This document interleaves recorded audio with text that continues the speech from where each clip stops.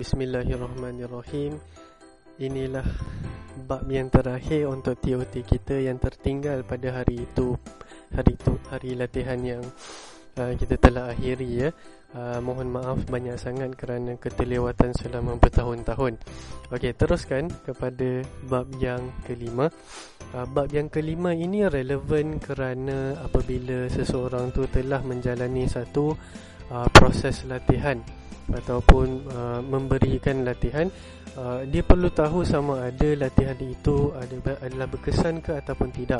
Jadi bab 5 dan bab 6 ni adalah untuk mengkaji, melihat sama ada proses latihan kita ni berkesan ataupun tidak. So kita pergi kepada bab yang kelima, dinamakan post training ataupun apa yang berlaku selepas latihan. Kita akan mengkaji 2 kepada 4 bab bahagian of penilaian dan juga value adding services, iaitu perkhidmatan-perkhidmatan yang kita boleh tawarkan kepada pelanggan-pelanggan ataupun klien-klien latihan kita. So kita pergi kepada yang pertama, 4 bahagian penilaian daripada Kirkpatrick. Dia mencadangkan bahawa kita melihat kepada maklum balas, iaitu reaksi pelatih kita, pembelajaran pelatih kita, iaitu learning, result, hasil dan behavior, tingkah laku. Kita tengok satu persatu. Yang pertama, maklum balas ataupun reaksi. Sama ada reaksi ini merujuk kepada pelatih itu memberikan reaksi yang positif ataupun negatif. Okay, measure the reaction of participant towards the training. Bagaimana kita nak tahu? Senang, terus tanya saja. Seperti, how satisfied are you on this training? Ataupun adakah anda berpuas hati kepada latihan tersebut? Soalan-soalan boleh dipelbagaikannya. Kalau macam kita asyik nak tanya adakah anda berpuas hati, itu mungkin kurang sesuai sedikit sebab kemungkinan jawapan dia ialah ya ataupun tidak. So itu tak memberikan banyak maklumat lah kepada kita. Jadi mungkin kita nak mengolah sedikit soalan daripada 1 hingga 5. 5 menunjukkan sangat berpuas hati dan 1 tidak berpuas hati. Itu lebih bermanfaat lah. Kita boleh tengok dia punya kadar kepuashatian pelatih-pelatih kita. Yang keduanya, kita boleh tengok dari segi pembelajaran mereka. Bagaimana nak tengok pembelajaran mereka? Kita boleh tanya soalan praktikal. Contohnya kalau kita mengajar tentang public speaking ataupun pengucapan umum, pengucapan awam, kita boleh tanya dia bagaimana dia akan merancang satu ucapan. Contohnya kalau dia boleh rangkakan dengan yakin, dengan tersusun, dengan apa dia aplikasikan apa yang kita ajar, maka kita tahu maklum balas dari segi pembelajaran itu positif. Yang ketiga, kita melihat kepada tingkah laku selain daripada pembelajaran yang secara langsung. Contohnya macam apakah tingkah laku yang mungkin menjadi manfaat kepada tempat kerja mereka ataupun kalau pelajar. Contohnya what change has it demonstrated for you, ataupun apakah perubahan-perubahan lain yang selain daripada topik itu yang mereka alami. Contohnya kalau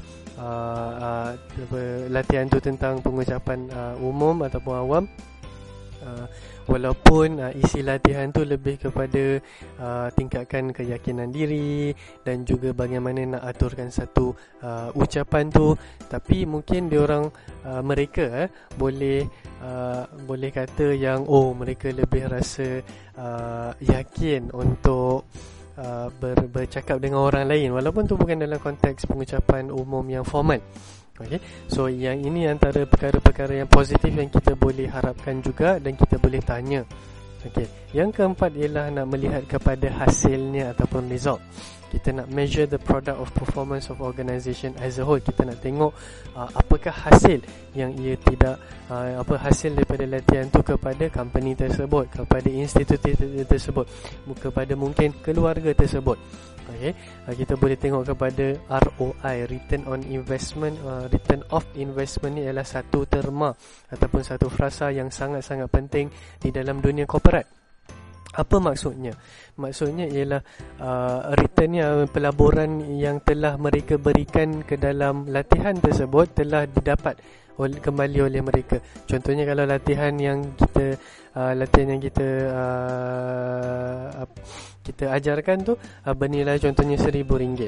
Jadi ROI mereka selepas mereka jalani latihan, mereka kembali kepada institusi mereka, kepada company mereka, dan mereka dapati bahawa hasil daripada latihan tersebut menyebabkan mereka telah mendapat contohnya jualan untung meningkat sebanyak RM2,000 contohnya.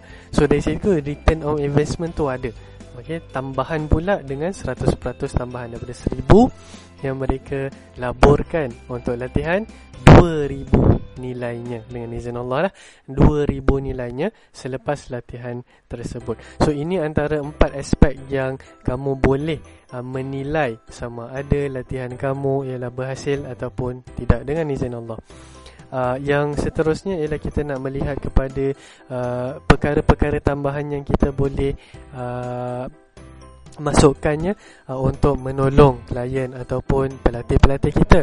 Antaranya ialah yang pertama, advising for a project, memberikan khidmat nasihat, web 2.0 feedback seperti yang kita ada TOT Facebook tu. Yang ketiganya ialah bimbingan secara peribadi, feedback meeting. Mungkin kita boleh kumpulkan mereka semula selepas latihan tersebut dan buat satu mesyuarat. Nak tengok apakah kesan-kesan yang telah alami, ataupun mungkin mereka ada pertanyaan-pertanyaan yang lebih lanjut contohnya kan.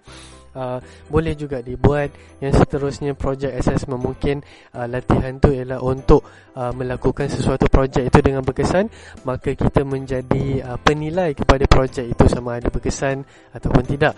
Dan seterusnya ialah group coaching seperti tadi, peribadi, bimbingan peribadi. Yang ni pula bimbingan secara kumpulan. Mungkin satu company itu ada bimbingan yang khas contohnya. Yang seterusnya ialah bab ke-6 iaitu positioning. Positioning ni ialah suatu mana yang kita nak tengok, okay, apakah perubahan-perubahan yang mungkin kita boleh buat selepas kita dah dapatkan maklumat-maklumat apa yang kita boleh improve. Maka sekarang kita nak improve ataupun kita nak menaik taraf kita punya latihan. So positioning, selepas dah mendapatkan maklumat sama ada positif ke negatif ke tingkah laku ataupun pembelajaran ataupun hasil daripada latihan kita, maka kita gunakan maklumat itu untuk mengubah suai ataupun menambah naik latihan, program latihan kita. So kita akan nampak mengkaji dari segi menaik taraf kita punya sesi latihan yang sekarang ada. Kita tengok kepada apakah yang mungkin boleh kita explore ataupun kita boleh melihat apa yang kita boleh lakukan pada masa yang akan datang. Dan kemudian knowledge sharing medium ialah medium yang kita boleh gunakan untuk menyebarkan ilmu yang kita telah dapat.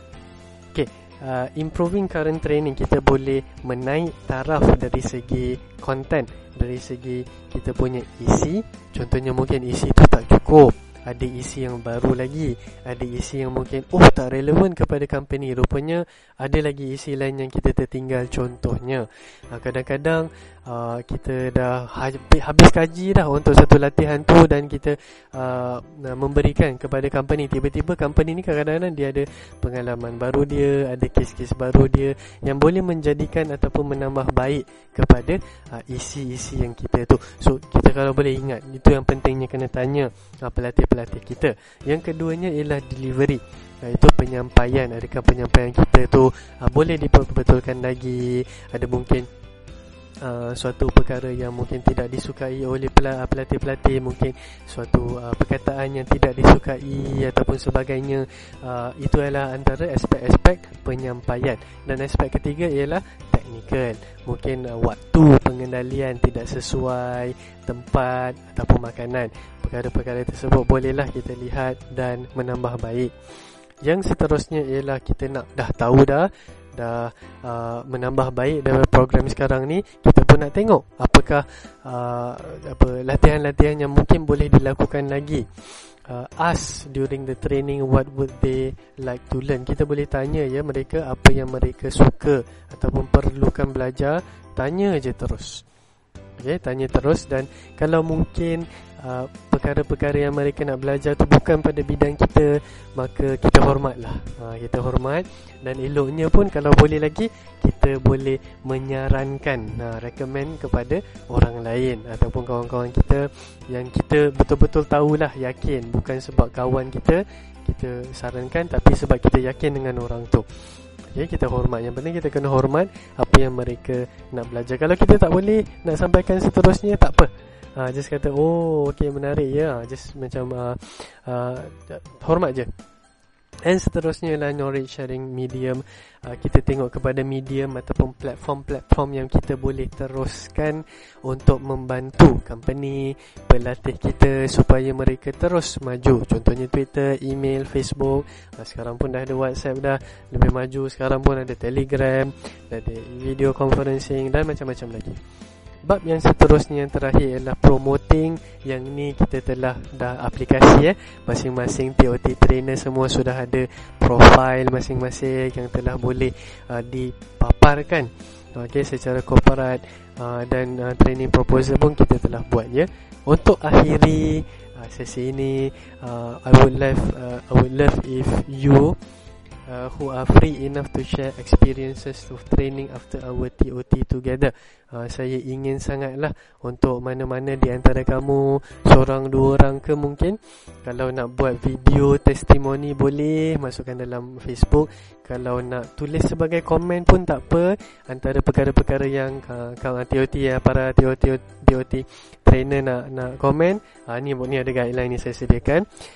Kamu boleh ceritakan apa yang kamu telah buat berkenaan dengan TOT, apakah bengkel-bengkel, workshop, kelas-kelas yang kamu telah kendalikan, dan apa yang kamu telah improve, apa yang telah kamu menambah baik, dan apa yang kamu nak buat pada masa akan datang di dalam dunia latihan. Dengan itu, saya berterima kasih banyak sangatlah kepada para pelatih-pelatih dan trainer-trainer juga. Saya percaya dalam 4 tahun ni 3 tahun 4 tahun ni, masing-masing dah ada haluan masing-masing, dan saya percaya setiap haluan tu ada lopong-lopong kosong untuk trainer. Ada lopong-lopong kosong untuk trainer, dan saya percaya paling kurang pun trainer kepada ahli-ahli keluarga kita kelak nanti. Dah 4 tahun dah ni, semua dah masing-masing nak kahwin. Apa semua dah nak kahwin ke? Ada kan yang nak kahwin dan yang beranak lagi. Merujuk pada seseorang tu yang saya tahu okay.